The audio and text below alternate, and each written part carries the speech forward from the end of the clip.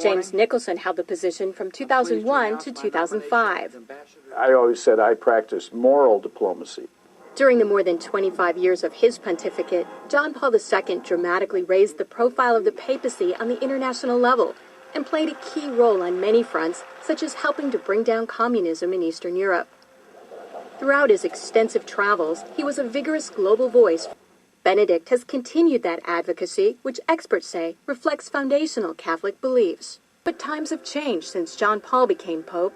We don't have the Soviet Union anymore. What we have is the problems in the Middle East, which is where Pope Benedict has been directing his attention. The personalities have also changed. Whereas John Paul, if you look at the entire pontificate, was very much outwardly oriented toward the church and the world. But Benedict again generated controversy in the Islamic world on the Saturday before Easter, when he baptized a prominent Muslim journalist at a service in St. Peter's Basilica. He's also been quietly working to establish relations, something that was not possible during the last papacy, largely because of John Paul's role in the fall of communism in Poland. The Chinese obviously didn't want John Paul II running around China doing the same thing. Most of the time, in places around the world, Vatican diplomats work outside the spotlight, where experts say they often have an advantage. Some question how much government leaders of today truly listen to what the Pope has to say. And that, observers say, is a moral authority that can't be measured by economic strength or military divisions. A moral authority Benedict hopes to draw upon when meeting with U.S. officials and speaking before the United Nations. I'm Kim Lawton in Washington. A lot of good Christians in Roman Catholic Church, notice Catholic Church, but unfortunate because they don't understand the history of their church. During Dark Ages, Constantine was the one who united his own people, them pagans, to Catholic Church. And when they unite in the church, because, there was statue worshippers, idols. So when they brought their idols, notice statues in Roman Catholic Church, they began to name them. Instead of Jupiter, they call it Peter. And it's so sad that they give them a lot of Christian names. And they bow down, sometimes they kiss, they worship.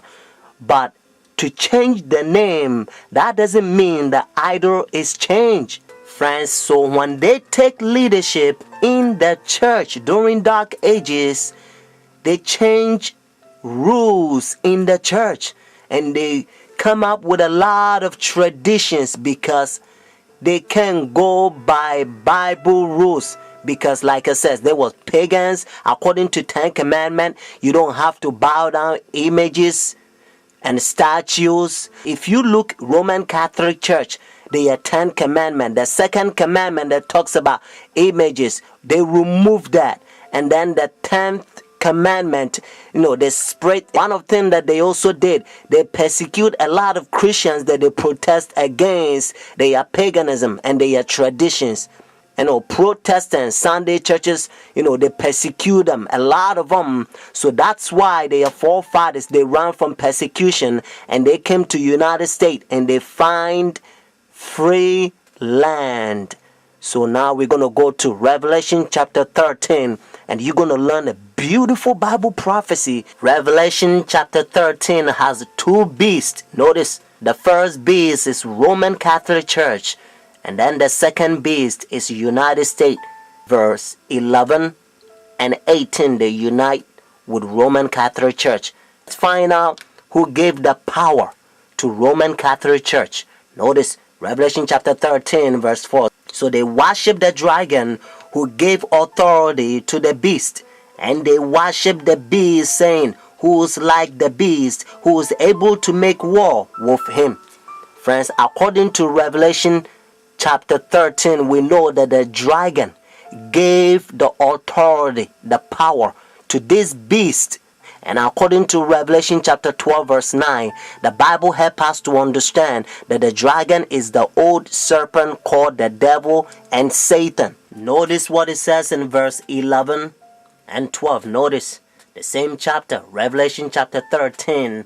Then I saw another beast coming out of the earth, and he had two horns like a lamb, and spoke like dragon, And he exercised all the authority from the first beast in his presence, and caused the earth and those who dwell in it to worship the first beast, whose deadly wound was healed. Just in case if you're thinking about any country, they don't fit. Whether it's China, India, Iraq, or Africa, they don't fit. That's what it says in verse 12. He exercised all the authority, notice, from the first beast, Roman Catholic Church, because when they ran from persecution, they came over here. They don't want to have anything to do with Roman Catholic Church because they used to persecute them, friends. That's what it says. And again, I want you to get this so that you will know that it's the United States. Verse 12, he exercised all the authority from the first beast. But unfortunately, the same verse 12 says, and caused the earth and those who dwell in it to worship the first beast, whose deadly wound was healed. So United States is going to cause the whole world to worship Roman Catholic Church. And that's why now they already have pagan sun worship day, Sunday worship, the Roman Catholic Church. They changed God's holy Sabbath from Saturday to their pagan sun worship day, Sunday worship. So whenever they enforce the law, friends, if you think, well, because I'm not going to buy, I'm not going to sell, and the things is going to be hard, and you don't believe in God, and you doubt his power, if you doubt God who created you, the one who hold your breath, and if you doubt his power, and if you go by the pagan sun worship day, behind the scene is the devil that wants you to worship him, at that time probation will close. Your decision is made. You will be doomed. Revelation chapter 14, God placed a fearful curse on those who receive the mark of the beast, those who worship the devil. But friends, have faith. Jesus Christ will send his angels. Sometimes they will come as a form of mankind, and they will give you a foot in the time of trouble. Hebrews chapter 4 verse 7 to 11. Notice what Bible says. And again he designated a certain day, saying in the David today, after such a long time as it has been said, today, if you will hear his voice, do not harden your heart. For if Jesus has given them rest, then he will not afterward have spoken of another day.